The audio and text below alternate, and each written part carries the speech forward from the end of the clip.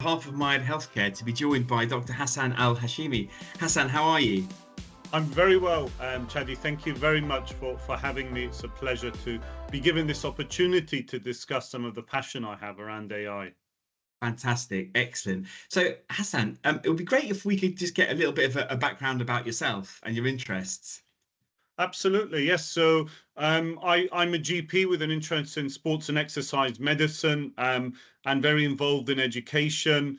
I guess my interest in AI was, I remember very early on, as a junior doctor, I was one of the first ones, I think, to have the smartphones on the wards where no longer was I referring to the paper BNF, but actually had it digitally. And I remember lots of the doctors and consultants were quite interested, saying, "What are you doing tapping over there?" And I tried to make sort of Excel sheets and share it.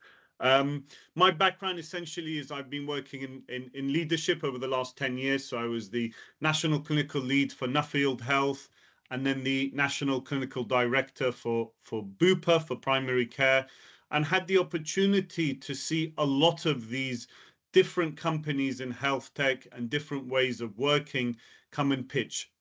So part of my role as sort of clinical director was to see where are we going next strategically, how can we make the lives of the GPs that we were working with much easier and streamline the process.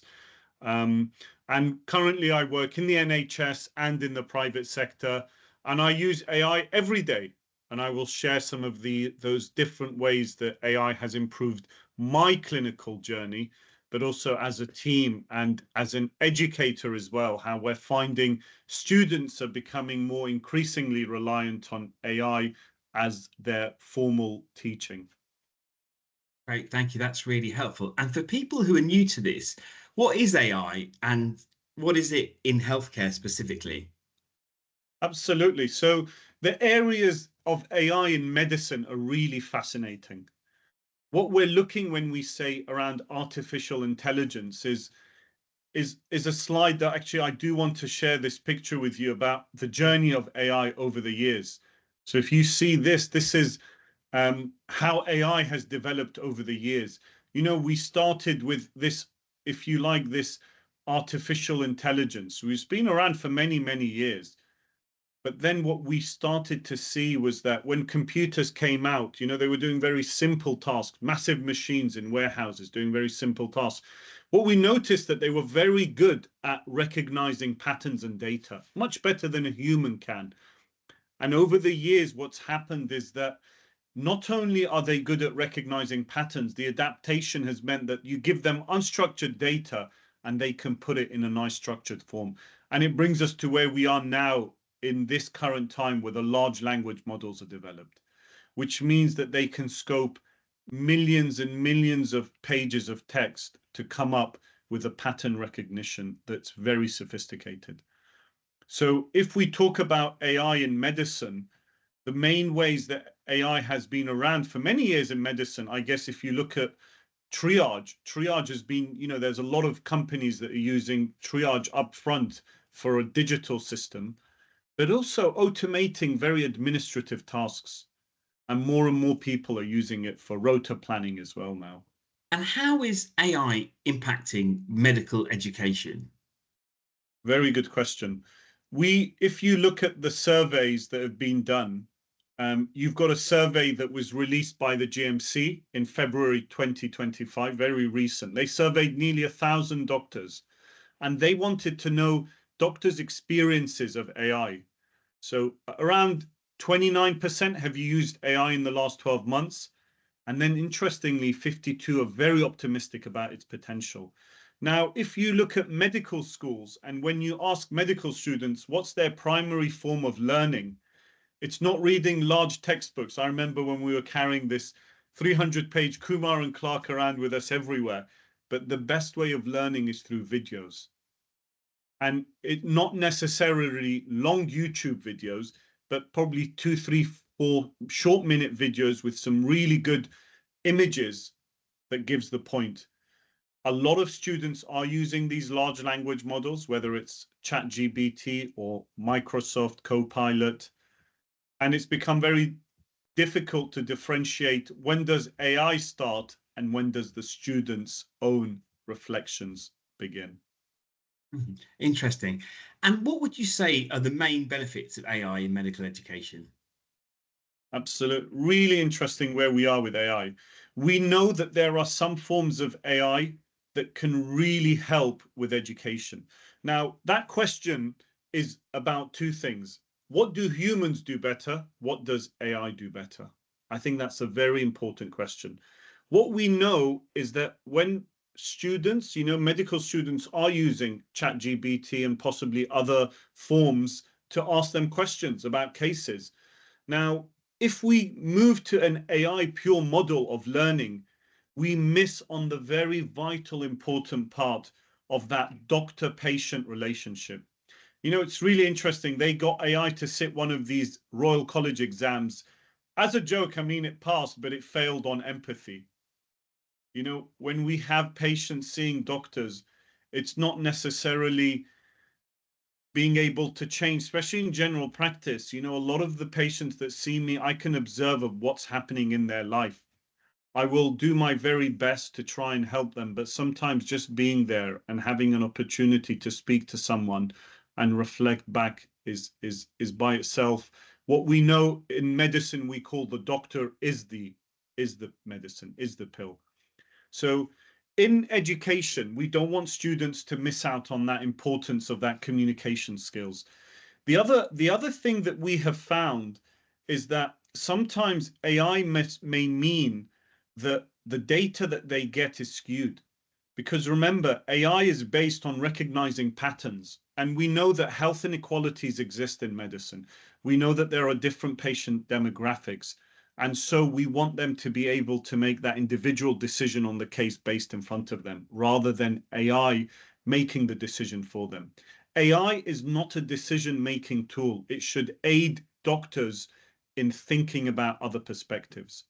Now, where AI fails is handling unpredictable situations as well. Let's be honest, AI does do things better in the way that the students can have vast amounts of data instantly present to them.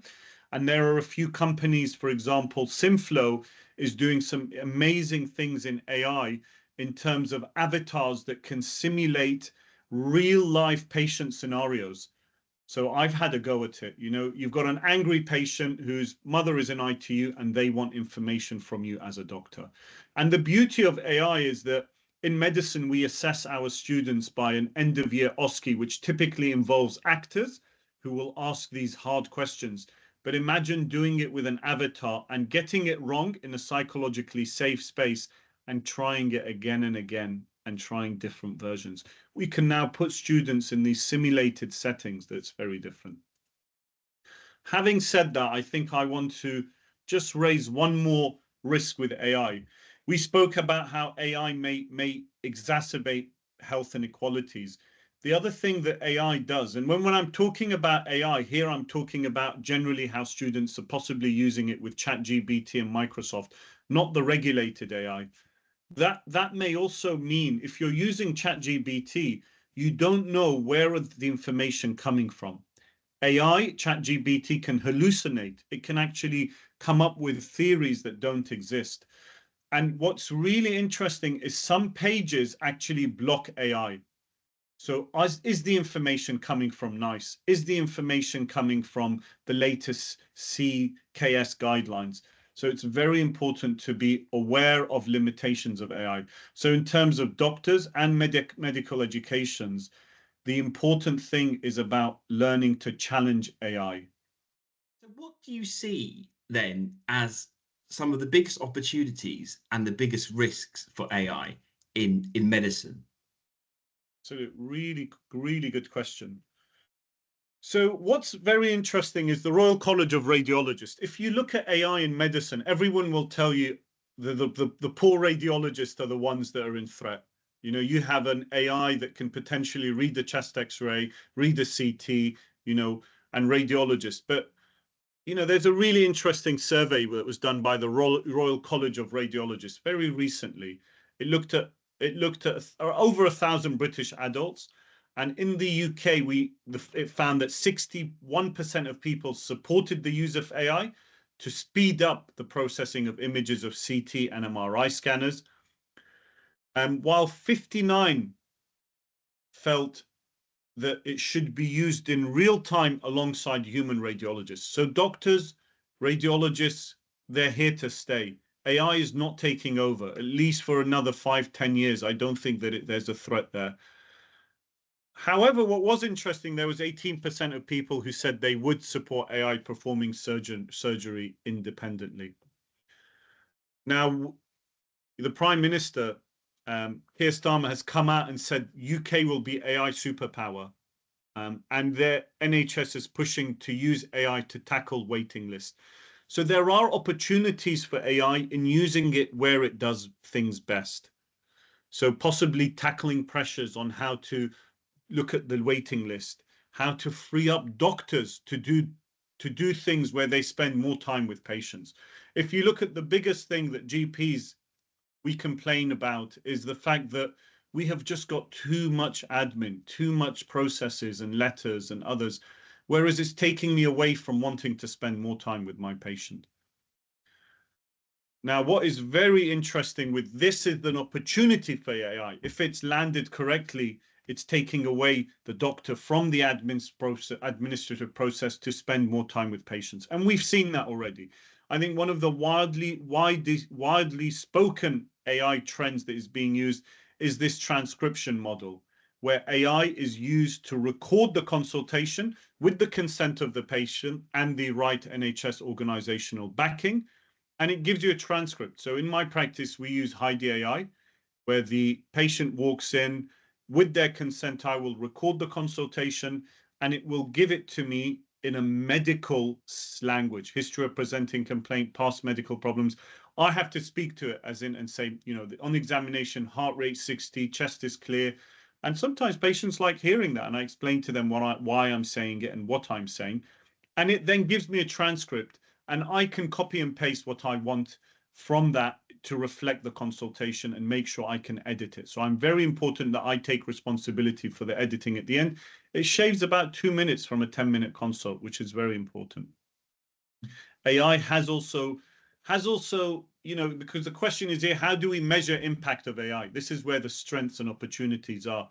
And there has been some research showing that in terms of spotting breast cancer on mammograms, there has been quite some effective data coming out there.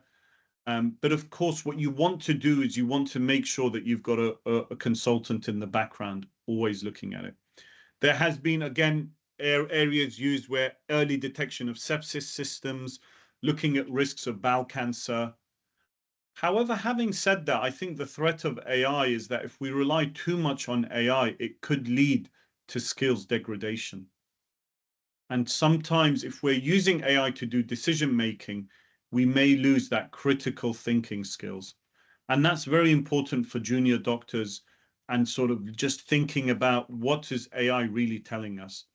AI, again, should be used to enhance clinical judgment, not replace it. Think of AI, you know, in the way I think of AI is think of AI as possibly a colleague offering a second opinion, but someone that never gets tired and is great with data, you know. And how AI would work most effectively is actually if it assesses your consultation notes as you write them and gives you triggers. And say, for example, you're seeing a child and you've done your consultation, you know, you've examined the child, but when you're writing your consultation, you forget to record capillary refill, for example. AI will prompt you and say, please record capillary refill. Again, if you're using a transcript model and you're talking all of this loud, then it will pick it up. But it may be a prompt for a double check. It should not replace clinical judgment. And what advice would you give to leaders and policymakers on how to get the best out of AI? Very good question. In terms of leaders and policy leaders, it's very important just to be aware about what the guidance from the GMC is on AI. Now, who regulates AI? It's not the GMC, it's actually the MHRA. So the Medicines and Healthcare Products Regulatory Agency. So it comes under them. So it's very important just to be aware that if you are using AI for any decision making or to help with your notes, that the clinician is still very much responsible for the accuracy and the appropriateness of the documentation. And what I do, to be honest with you, when I am using Heidi AI is, as a precaution, I look at the AI generated summary, I look at what I'm writing, and I sometimes just the patient just to check and ensure that they're happy with it, especially if I'm going to do a letter as well. Very important also for doctors using AI to have a proper structure in place for governance, planning, and training in AI. So looking at practices that have successfully implemented AI, they've got training on how to use them. So be very careful about inputting patient-sensitive data. And it's very important to think about informing the patients, if for the organization, how AI is used in your organizations. And you should have those in those policies, clearly set out how data for patients are being used and what's the data regulation protection around that. What I would say to leaders and those in charge of commissioning AI is think about the financial impact of AI in healthcare. Now, we know that the initial costs will be very high. The licensing fees will be very high. The training fees will be very high. Thinking about the return on investment. So what are you able to free up doctors to do more of? Where can you get that return on investment in the use of AI? And then for you, what does the future of AI in medicine hold? Very good question in terms of where are we looking in AI. I think here I want to just again go back to that distinction. When we talk about AI, there's the regulated and unregulated AI. So when we're talking about unregulated AI, it's tools like ChatGPT, Microsoft Copilot that anyone can use and ask questions. When we talk about regulated AI, it's ones that have gone through the stringent NHS processes and they've been accepted and are currently being used. So the future of AI is there for clinicians to get involved within their trust. Find out who your digital lead is. You know, find out if you've got an AI governance group in your practice. Start introducing one. Start giving feedback on different areas. See what are the actual needs in your organization that AI may be able to help with. And what's really interesting, what we're seeing with AI is that there are some tools that are actually on the NHS digital lab. So that's a really nice place to look at. So the NHS digital lab is a brilliant website to have a look at. I learned a lot of stuff from there, and it tells you about the future of AI. What are the things that are coming up? Speech recognition for notes we spoke about. You know, AI assisted radiology diagnosis is something that's very ECG interpretation and dermatology analysis is really important as well. I think they're the areas where AI is doing well. So where we know AI helps is in speed and recognitions of patterns, in reducing the human error in repetitive tasks, and it can process vast amounts of data instantly. We've spoken about AI, but I had an opportunity to sit with someone from IBM recently, and they said to me, well, AI has been going on for many years. The future is quantum computing. And that's a totally different ball game. And AI, remember, it works on zeros and ones, whereas quantum computing works in a different way and can give you different possibilities. So again, the future really will change. And I think in medicine, hopefully AI will not take over the doors of doctors. It doesn't look like it's going to do. It's not going to de-skill doctors in terms of relying on it for, you know, decision making. But what it can really help us do is to move to this process where in modern medicine, we're delivering healthcare that can enhance the clinical efficiency, but also improve patient outcomes. Dr. Hassan Al Hashimi, it's been an absolute pleasure. Thank you very much.